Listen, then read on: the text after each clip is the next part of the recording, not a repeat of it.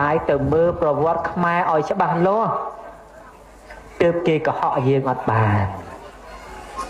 ប៉ុន្តែបើយើងគ្រាន់តែស្ដាប់លេងទេឬក៏អានលេងទេយើងអត់ដឹងថាអ្វីសអ្វីខ្មៅទេហើយចោទថាសាសនាទើបខ្មែរបែកបាក់បាត់បង់ទឹកដីមិនមែនរឿងជំនឿទេជាតិរលំរលាយក៏អត់ដោយសារសាសនាដែរដោយសារមនុស្សប្រជែងគ្នាទៅវិញទេយើងនៅជាប់រឿងមន្ទិលសង្ស័យទាំងអស់គ្នាថាក្រោយពីព្រះបាទជ័យវរ្ម័នទី7ចូលទីបង្គត់ទៅដោយសារតែព្រះអង្គបដូរសាសនាទើបប្រទេសជាតិបែកបាក់តាំងពីពេលនោះលោកទាំងឡាយគិតខុសហើយតាំងពីមុនសម័យអង្គរមកមហាក្សត្រក្នុងប្រទេសសម័យអកយមសតវត្សទី6ពុទ្ធសាសនាចាប់ផ្ដើមហូរចូលប្រទេសកម្ពុជាព្រះមហាក្សត្រក្នុងប្រទេសកម្ពុជាតែងគោរពទំនប់បំរុងសាសនា3 1សេវស្រម2ណែសេវស្រម1នរាយស្រម1និងកោតស្រម1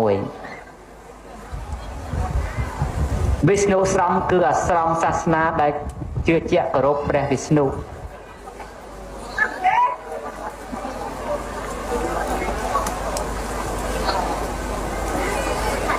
ឥសូរស្រមនឹងគឺសាសនាដែលគោរពព្រះឥសូរកោតស្រមគឺអាស្រមដែលគោរពចំពោះពុទ្ធសាសនាព្រះមហាក្សត្រខ្មែរក្នុងសរាជរិកតែងទំនប់បំរុងសាសនាទាំង3នេះស្មើគ្នារហូតមកដល់សម័យព្រះបាទសូរ្យវរ្ម័នទី2តាំងរាជធានីនៅមហិន្ទ្របរិពតបានស្ថាបនាឡើងនៅព្រះរាជគ្រូ2ត្រកូលដែលធ្លាប់ជាអ្នកកំសត់កំរជាមួយព្រះអង្គតាំងពីទីមិនទាន់គ្រងរាជគឺវាមសេគឺទេវកាលវយៈអ្នកទាំងពីរនេះមិនមែនជាអ្នកចេះដឹងផ្នែករបៀបរបបរាជានិយមទេទើបព្រះបាទសូរ្យវរ្ម័នទី2ទៅអញ្ជើញគ្រូមួយម្នាក់មកពីជនបទឈ្មោះវាមសេវៈឲ្យមកពង្រៀននៅគម្ពីរ4គឺគម្ពីរវេនស្សកៈរបៀបគ្រប់គ្រងរដ្ឋកសាងរដ្ឋរាជពិធីផ្សេងក្នុងទ្វារទសមាស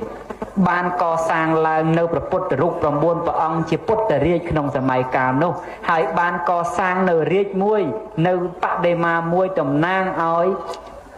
អំណាចរបស់ស្ដេចចក្រពត្តិគឺកម្ពុជាប្រទេសចក្រពត្តិរាជការកសាងនៅកម្ពុជាប្រទេសចក្រពត្តិរាជក្នុងសាលាចរិកប៉ុន្តែអ្នកខ្លះសន្មតថាជាអីសូរលឹងជាយោនីអីជាដើមមិនមែនទេជាទេវរូបមួយដែលបញ្ជាក់អំពីពាក្យថាកម្ពុជាប្រទេសចក្រពត្តិរាជគឺអ្នកធំនៃស្ដេចព្រះរាជាពីដើមដល់រាបណាឡើងគ្រងបរមរាជសម្បត្តិគ្រឿងធំបំផុតដែលត្រូវមានគឺកម្ពុជាប្រទេសចក្រពត្តិរាជនឹងឯង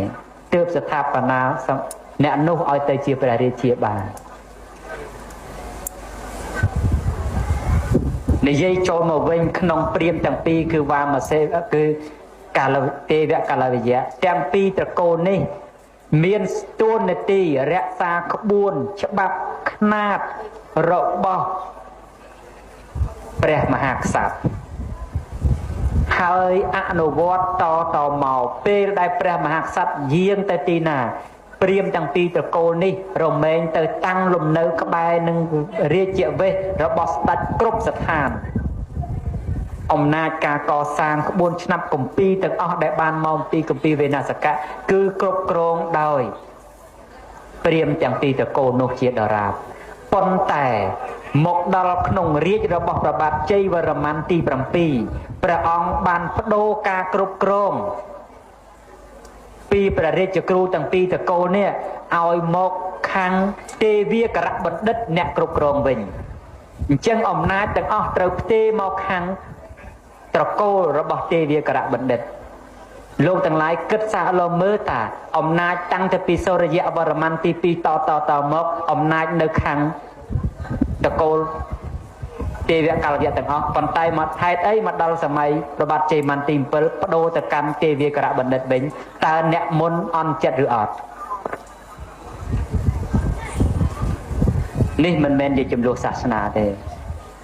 តែខ្មែរយើងច្រឡំហើយវង្វេងពលចេះទៅយើងមើលការបដូរផ្លាស់រាជរបស់ព្រះបាទជ័យមន្ទី7ឡើងមកពេលដែលគាត់បដូរព្រះរាជគ្រូការកសាងប្រាសាទក៏ដូចក៏ខុសគ្នាដែរការកសាងប្រាសាទក្នុងរាជមុនថ្មធំជាងហើយការតថ្មមានភាពវិចិត្រល្អជាងប៉ុន្តែក្នុងរាជរបស់ព្រះបាទជ័យមន្ទី7ការតថ្មតូចជាង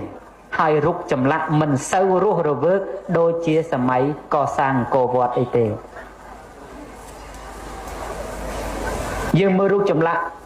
ក្នុងប្រាសាទអង្គរវត្តនិងរូបចម្លាក់ក្នុងប្រាសាទអង្គរធំមានភាពខុសគ្នាព្រោះទឹកដៃជាងខុសគ្នាដោយសារតែបដូរត្រកូលអ្នកគ្រប់គ្រងកិច្ចការងារអស់នឹងពីគ្នាមិនមែនជាត្រកូលតែមួយតែក្នុងរាជដែលព្រះបាទជ័យវរ្ម័នទី7នៅព្រាមក្នុងត្រកូលសេវកាលវយៈមិនកឡុកទេតែពេលដែលព្រះអង្គចូលទីបង្គត់ទៅនោះតើគេនៅស្ងៀមទៀតទេពេលដែលចាប់ផ្ដើមព្រាមទាំងពីរត្រកូលឆ្លោះគ្នាកឡុកប្រឆាគ្នានឹងហើយពេលដែលខ្មែរដៃបាក់នោះ